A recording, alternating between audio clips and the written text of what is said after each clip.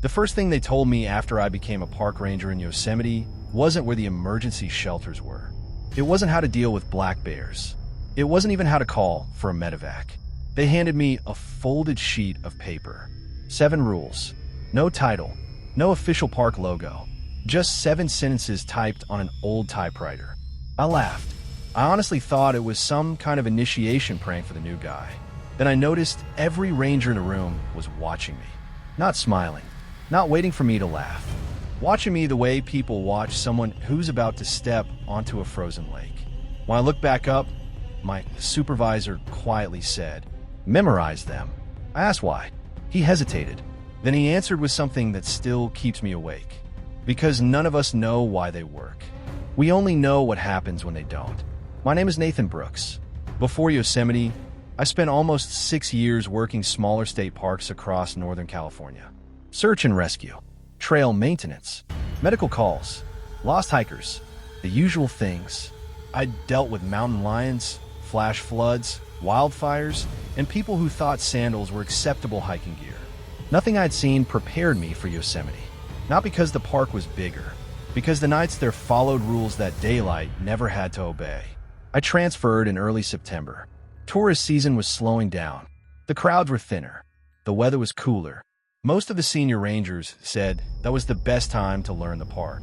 None of them mentioned that it was also when the park became quieter. Too quiet. The headquarters sat beneath towering pines with half-dome visible through the morning mist. It looked exactly how you'd imagine a national park office. Wooden beams, stone fireplace, maps covering the walls, old photographs of smiling rangers stretching back decades. Everyone greeted me politely, but there was something strange about the introductions. Nobody stayed in the room for very long. Conversations ended quickly. People seemed eager to finish talking before sunset. I assumed they were just busy. Later, I realized they were watching the clock. My supervisor introduced himself as David Mercer. Late 50s, gray beard, the kind of calm voice that immediately makes people listen. He had worked Yosemite for 31 years. That alone impressed me. Most rangers transferred after 5 or 6. Mercer never left. At first, I thought it was because he loved the park. Eventually, I understood he simply couldn't. Orientation lasted most of the morning. Policies, wildlife safety, emergency procedures, radio codes, nothing unusual. Then, just before lunch, Mercer dismissed everyone except me.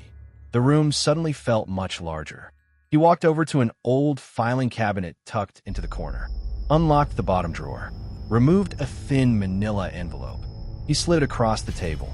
Open it. Inside was the folded paper. 7 rules, each one short, each one oddly specific. Rule 1, never respond if someone calls your name from beyond your flashlight. Rule 2, if another ranger approaches without a radio, leave immediately. Rule 3, never whistle after sunset. Rule 4, if you see lights where no trail exists, turn around. Rule 5, do not enter Fire Tower 7 after midnight. Rule 6, if the forest becomes completely silent, stop walking until you hear insects again. Rule 7, if you break any previous rule, do not return to headquarters. I looked at Mercer. This isn't official. No. Then who wrote it? He stared at the paper for several seconds. I honestly don't know. I laughed. You expect me to follow mystery rules? No. I expect you to survive long enough to decide for yourself. I tried getting him to explain. He wouldn't. Every answer sounded the same. We don't know. No one knows. We stopped asking years ago. It was frustrating. I was trained to understand risks, not blindly accept them. The whole thing felt ridiculous, until I noticed something handwritten at the bottom of the page. Smaller than the typed rules. Almost hidden. Every rule was added after someone ignored it once.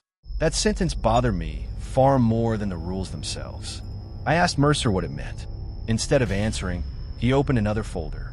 Inside were missing person reports. Not tourists. Rangers. One report dated 1983. Another from 1996. Then 2008. Each report had one of the 7 rules written across the top in red ink. Rule 3. Missing Ranger Alan Pierce. Rule 5. Missing fire observer Linda Shaw. Rule 1. Seasonal ranger Joseph Miller. Never found. I slowly looked back at Mercer. These are real. He nodded. Every one. The afternoon passed in a blur. Mercer assigned me routine patrols. Campgrounds. Visitor centers. Parking areas. Everything felt completely normal. Families taking pictures. Children chasing squirrels. Hikers asking for directions. Nothing even hinted that the park hid another side. By sunset, I had almost convinced myself the rule sheet was just an old superstition that somehow became tradition. Then dispatch radioed. Unit 12. Need you to assist on North Valley Patrol. Mercer immediately answered before I could. I'll send Brooks. He looked directly into my eyes. Remember Rule 1. Night settled over Yosemite unbelievably fast. The mountains swallowed the last sunlight like someone had flipped a switch. 1 minute the cliffs glowed orange. The next, the forest became a wall of black. My patrol truck crawled along an empty service road lined with enormous pines. The headlights barely reached 30 yards ahead. Everything beyond that looked like solid darkness. No wind, no birds, just the engine humming beneath me. I checked the clock. 9:18 p.m. Dispatch was unusually quiet. Only occasional status updates from distant units. Then, the radio clicked. Not static, not another ranger. Just a click, followed by silence. I reached the old maintenance trail Mercer had marked on my map. Nothing seemed out of place. The gate was locked. The warning signs were intact. Fresh tire tracks ended exactly where they should. I stepped out of the truck. The air felt colder than it had 5 minutes earlier. Not freezing, just heavy.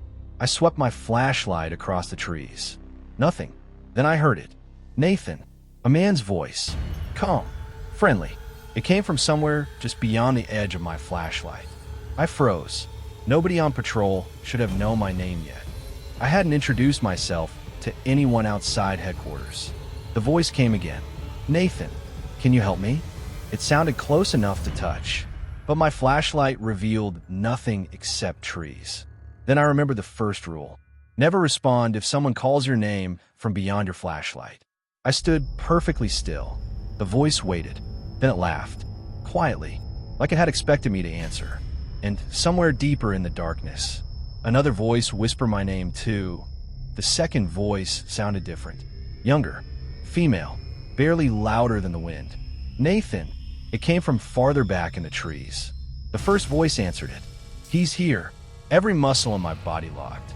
They weren't talking to me anymore. They were talking to each other. I slowly backed toward my truck without taking my eyes off the darkness beyond my flashlight. The beam never found anyone. Not a face.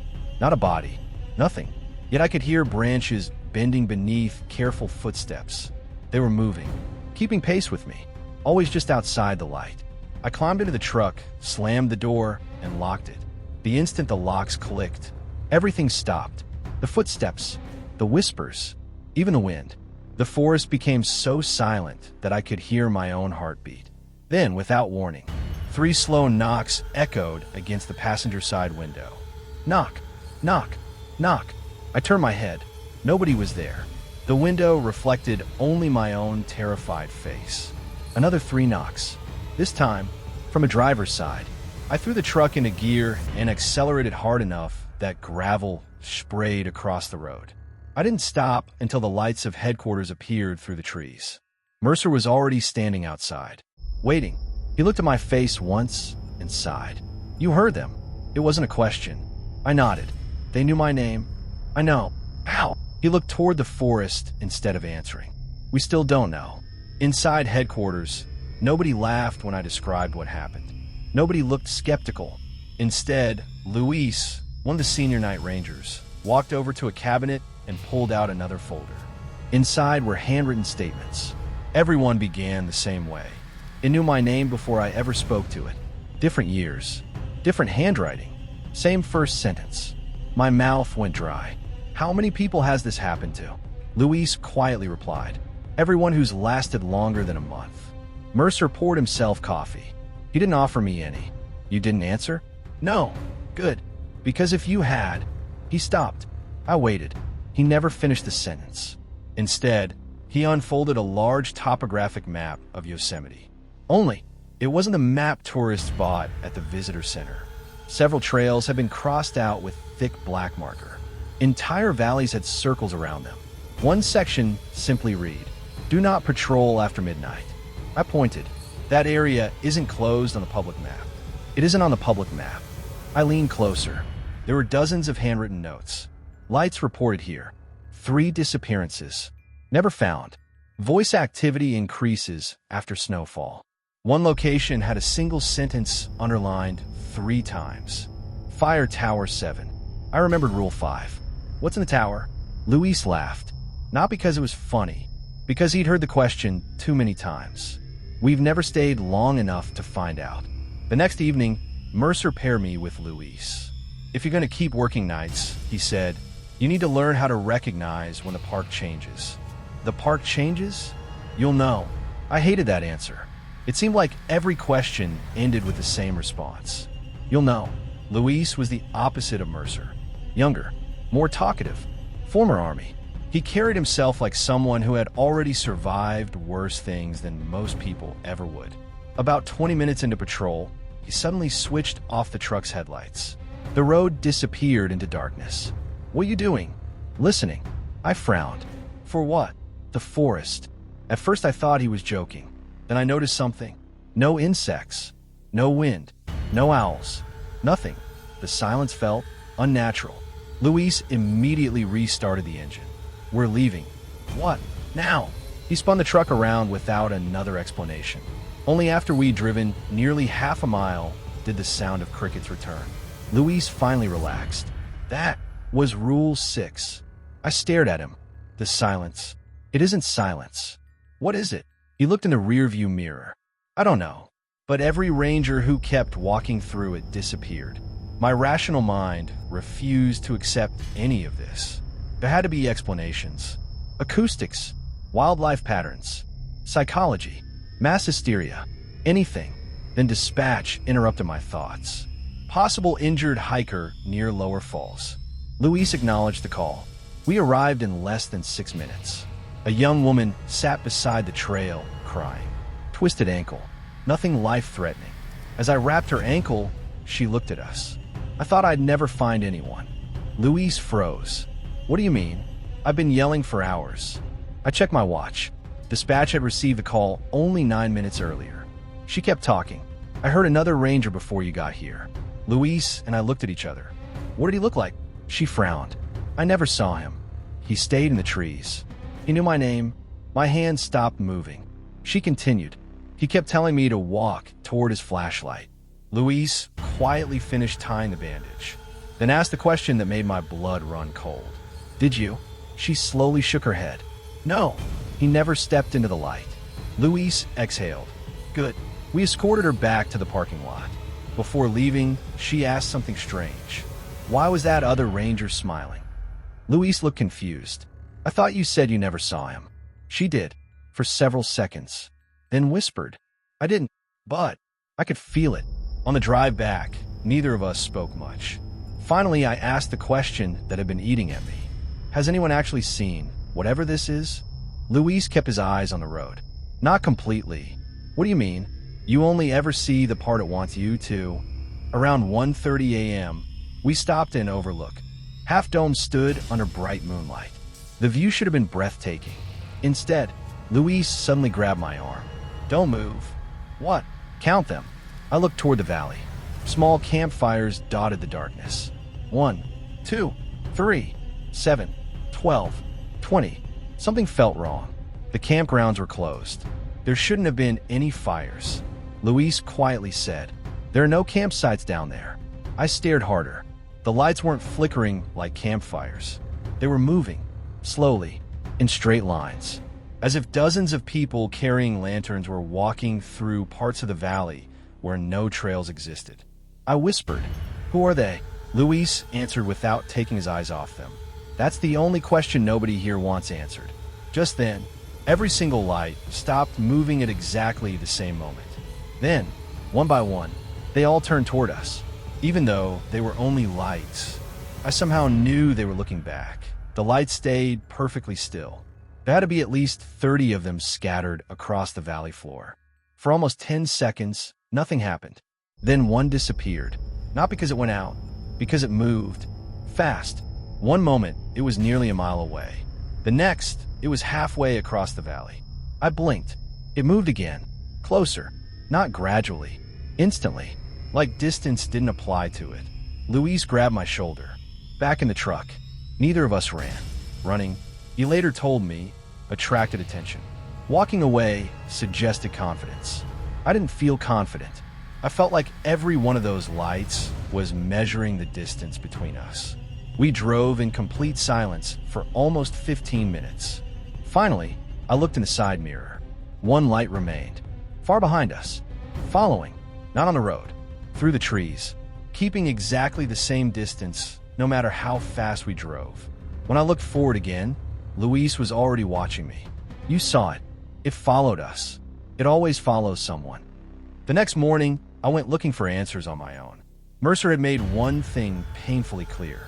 The senior rangers weren't hiding information because they enjoyed secrets. They were hiding it because nobody knew what any of it meant. That wasn't enough for me. I needed something concrete. I started in the archives beneath headquarters. Official incident reports, missing persons, old patrol maps, maintenance logs. For hours, nothing connected. Then I found a binder labeled only. Fire Tower 7. The first report was dated 1974. Routine inspection. Nothing unusual. The second report came 6 months later. The ranger assigned to inspect the tower wrote only one sentence. Someone had already signed today's logbook before I arrived. The signature matched his own handwriting. The report ended there. 3 days later, he disappeared. Another report. 2 rangers entered Fire Tower 7 together. Only one returned. His statement was difficult to read because his hands shook so badly. He claimed they climbed the stairs together. But when they reached the observation room, there were already 2 people standing inside. Both of them were his partner. Neither one acknowledged him. One simply smiled. The other slowly shook his head. He ran. His partner was never found. The reports continued, year after year, always ending the same way. Missing ranger. Unexplained disappearance. Tower closed indefinitely. Yet, every maintenance schedule still listed Fire Tower 7 as active. Someone kept inspecting it. Someone kept signing those reports. A shadow fell across the desk. I looked up. Mercer. He didn't seem angry, just disappointed. I told you not to start with the tower. You knew I'd come. I hoped you'd wait longer. I held up the binder. Who keeps inspecting it? He looked at the open report for a long moment, then quietly said, Nobody volunteers. That night, dispatch assigned me to a completely different sector. South Rim. No towers. No restricted trails. Mercer wasn't taking any chances. Or so I thought. Around 11:20, my radio crackled. Nathan. Dispatch. We need you to assist another ranger. Location. There was a pause. Then coordinates appeared on my GPS. I stared at the screen. Fire Tower 7. I immediately called Mercer. No answer. Luis. Nothing. Dispatch repeated the request. Nathan. Proceed immediately. Something felt wrong. The voice sounded almost right, but not quite, like someone imitating the dispatcher I'd spoken to every night. Then I noticed something. Dispatch always ended transmissions with their call sign. This voice hadn't. I ignored the order and kept driving south. 5 minutes later, the GPS recalculated. Again, Fire Tower 7. I canceled the route. It recalculated again. Tower 7. I shut the screen off completely. The truck turned left by itself. My hands were still on the wheel. I fought it. The steering felt unbelievably heavy, like someone else was pulling from the opposite side. It lasted only a few seconds. Then everything returned to normal. My heart pounded so hard I could barely breathe. I finally reached a small ranger checkpoint. Empty. No vehicles. No lights. No personnel. The logbook inside the cabin lay open. The last entry had been written less than an hour earlier. Only, the handwriting belonged to me. My own signature. My own patrol number. According to the log, I'd already checked in 38 minutes earlier. I flipped through the previous pages. Every entry after midnight belonged to different rangers. Different years, different handwriting, until 3 pages back, another Nathan Brooks. Different date, same signature, same handwriting, same employee ID. I slammed the book shut. Outside, something walked across the gravel. Crunch, crunch, crunch, heavy boots, exactly like a ranger. I opened the cabin door. Nobody. The footsteps continued anyway, circling the building, never appearing, always just outside my flashlight. Then, they stopped directly behind me. A calm voice spoke. "You signed twice."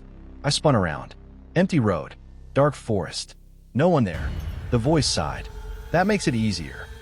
The radio came alive again. This time, Mercer's voice. Real, urgent. "Nathan, answer me." I grabbed the microphone. "I'm here." His relief lasted less than a second. "Listen carefully. Whatever you do, don't let it lead you to the tower." I looked down. The cabin wasn't where I'd parked. Neither was my truck. Neither was the road. I stood on a narrow dirt trail surrounded by towering pines. Ahead of me, a staircase climbed into the darkness. At the very top, barely visible through the trees, stood Fire Tower 7. Its light was already on, and someone was waving at me from inside. I don't remember walking toward the tower. That's the part that still terrifies me. 1 second, I was standing at the base of the trail, telling myself to turn around. The next, I was halfway up the mountain. My flashlight hung uselessly at my side. The beam pointed at the ground while my feet kept climbing. Every instinct screamed that something was controlling me. Not my body, my decisions. It wasn't forcing me to walk. It was making every other choice seem impossible. Turning back felt absurd, like trying to walk away from my own front door after coming home. That was the first time I realized the thing in Yosemite didn't just imitate people. It manipulated certainty. Mercer's voice exploded from my radio. "Nathan, look at your boots." I froze. For the first time in several minutes, I actually stopped moving. I looked down. The dirt beneath my boots wasn't disturbed. There were no footprints behind me. None. The trail stretched all the way back down the mountain, untouched, as if I'd appeared halfway up instead of climbing. The moment I noticed, the illusion shattered. My legs buckled. My lungs burned. Every muscle suddenly felt exhausted. Whatever had been carrying me had let go. I stumbled backward. The tower stood less than 50 yards away now. It looked abandoned. Paint peeling, broken windows, rust covering